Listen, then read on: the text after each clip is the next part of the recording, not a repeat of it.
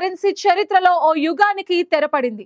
232 సుదీర్ఘ ప్రయాణం చేసిన పెన్నీ అధికారికంగా సెంట్ గా పిలువబడే ఈ చిన్న నాణెం ఇప్పుడు అమెరికా ఆర్థిక వ్యవస్థలో నుంచి శాశ్వతంగా తుడిచిపెట్టుకుపోయింది. ఫిలడెల్ఫియాలోని అమెరికన్ మింట్ టంకసాలలో బుధవారం మధ్యాహ్నం చివరి పెన్నీ ముద్రించారు. 2 శతాబ్దాల కంటే ఎక్కువ కాలం అమెరికన్ల దైనందిన జీవితంలో భాగమైన పెన్నీ ఆరంభంలో కాపర్తో, తర్వాత జింక్తో తయారైన ఆ చిన్న నాణెం ఇప్పుడు చరిత్రలో ఒక అధ్యాయంగా మిగిలిపోయింది.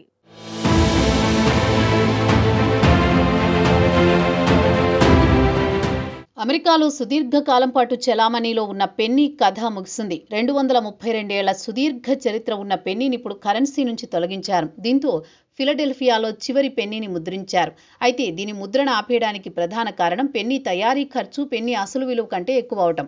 10 ఏళ్ల క్రితం ఒక పెన్నీ తయారీ ఖర్చు 1.42 సెంట్లు ఉండేది. కానీ ఇప్పుడు అది 3.69 సెంట్లకు పెరిగిపోయింది. అంటే ఒక్కో పెన్నీ మింట్ చేయడానికి ప్రభుత్వం పెన్నీ విలువ కంటే దాదాపు 3 రెట్లు ఎక్కువగా ఖర్చు చేయాల్సి వస్తోంది.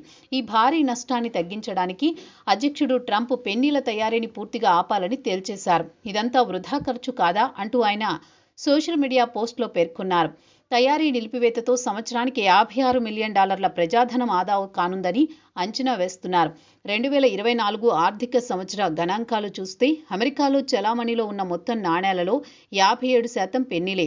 వెండింగ్ విషన్లు, చిన్న చిల్లర లావాదేవీలు, చాక్లెట్లు, క్యాండీలు కొనడం వంటి రోజువారీ పనుల్లో పెన్నీ వాడకం బాగా ఉండేది. కానీ గత కొన్నేళ్లుగా డిజిటల్ చెల్లింపులు పెరగడంతో పెన్నీ వినియోగం భారీగా తగ్గిపోయింది.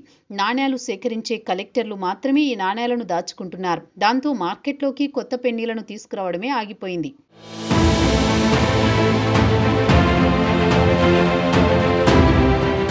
ఇక చివరిసారిగా ముద్రించిన పెన్నీలను ప్రత్యేకంగా రూపొందించారు. ఒమేగా గుర్తు ఉన్న ప్రత్యేక ఎడిషన్ను బుధవారం ముద్రించారు. అయితే కేవలం 235 నాణేలను మాత్రమే ముద్రించారు.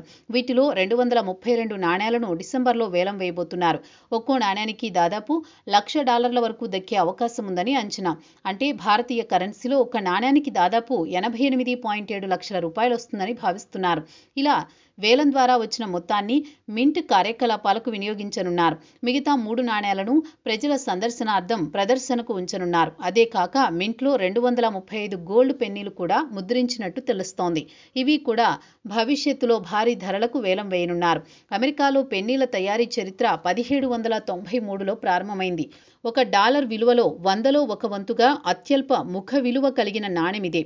రెండో ప్రపంచ యుద్ధం తర్వాత కాపర్ కొరత ఏర్పడడంతో జింక్ కాపర్ మిశ్రమంతో వీటిని తయారు చేశారు.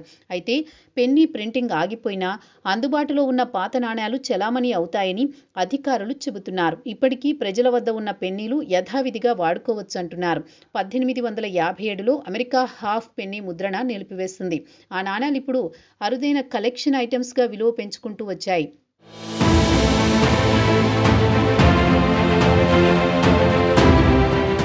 ప్రస్తుతం పెన్నీలను 97.5% జింక్, 2.5% కాపర్తో తయారు చేస్తున్నారు. అయితే ఇప్పుడు మార్కెట్లో ఈ ముడి పదార్థాల ధరలు విపరీతంగా పెరిగిపోయాయి. రెండో ప్రపంచ యుద్ధం తర్వాత కాపర్ కొరత వల్ల జింక్ ఉపయోగిస్తూ వచ్చారు. ఇప్పుడు వీటి ధరలు ఆకాశాన్నంటాయి. 1 సెంటు విలువ ఉన్న నాణెం తయారు చేయడానికి 3.69 సెంట్లు ఖర్చవుతోంది. దీంతో ప్రతి నాణెంపై 2.69 సెంట్ల నష్టం వాటిల్లుతోంది. అంతేకాక ముద్రణ, రవాణా, నిల్వ, భద్రత ఇవన్నీ కూడా ఖర్చుతో కూడుకున్నవే. చిన్న నాణెమైనా ప్రక్రియ పెద్దదే కావడంతో ఆర్థిక భారం పెరుగుతోంది. మరోవైపు ప్రపంచం మొత్తం డిజిటల్ పేమెంట్స్ వైపు అడుగులు వేస్తోంది. కార్డులు, యూపీఐ పేమెంట్ల కాలం రావడంతో ఎక్కడా పెన్నీలు కనిపించడం లేదు. వెండింగ్ మిషన్లు కూడా ఇప్పుడు కార్డులను స్వీకరిస్తున్నాయి. దీంతో వాటి వాడకం భారీగా తగ్గిపోయింది. ఇప్పుడు పెన్నీలు లేకపోవడం వల్ల డిజిటల్ పేమెంట్లు పెరుగుతాయని, చిల్లర అనే సమస్య కనిపించదని నిపుణులు చెబుతున్నారు. ఇక ధరలను కూడా చాలా దుకాణాలు రౌండ్ ఆఫ్ చేయనున్నాయి. ఇప్పుడు ఆ పెన్నీలను చాలా మంది కాయిన్ కలెక్టర్స్ భద్రంగా దాచుకుంటున్నారు.